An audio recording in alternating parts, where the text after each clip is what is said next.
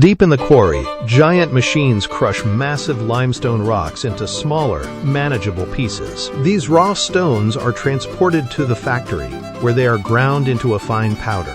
Clay and other minerals are carefully measured and mixed with the limestone dust. The mixture travels into a massive, rotating kiln, heated to incredibly high temperatures. Inside the fiery kiln, the materials undergo a chemical change, forming small, hard clinker nodules.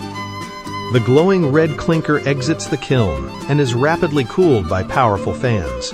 Once cooled, the clinker is moved to a giant ball mill for final grinding. Steel balls inside the mill crush the clinker into a very fine, soft gray powder. A small amount of gypsum is added during this stage to control the setting time.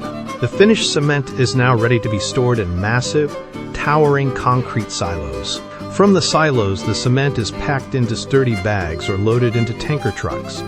Finally, it travels to construction sites to build the strong foundations of our modern world.